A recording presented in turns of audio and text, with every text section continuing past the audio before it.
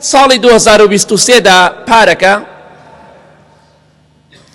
کەسانێکە بوون لە سەرەتای ئەم ساڵەدا کە خەریکە کۆتایی پێدێ حەفلەیان کرد، ئاهەنگیان گێڕا، ڕەقس و هەڵپەڕکێیان کرد، ئافرەتان خۆیان سافیرە کرد و خۆیان بە شێوەیە دەرخست کە خوای گەورە پێی خۆش نییە و نوێژیان واز لێ هێنا کەسانێکی زۆر، بەڵام ئێستا حالیەن ئەوان لەژێر خۆڵدان.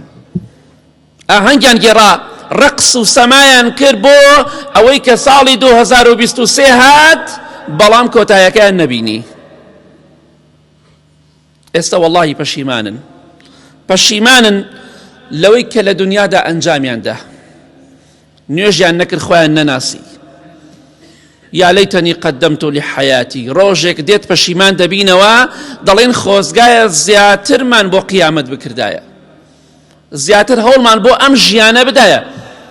ئەوانەی کە پارەکە دڵخۆش بوون لە هەموو ئاهەنگێکە بەشداریان کرد، خۆیان سافیرە کرد و قژیان کردەوە، وەڵڵا ئێستا پەشیمانن، تازە مردن.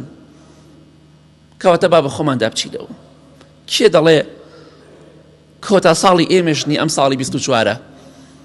هەروەکو چۆن کۆتا ساڵی هەزارەها و ملیۆنەها کەس بوو. کەواتە با بە خۆماندا بچینەوە.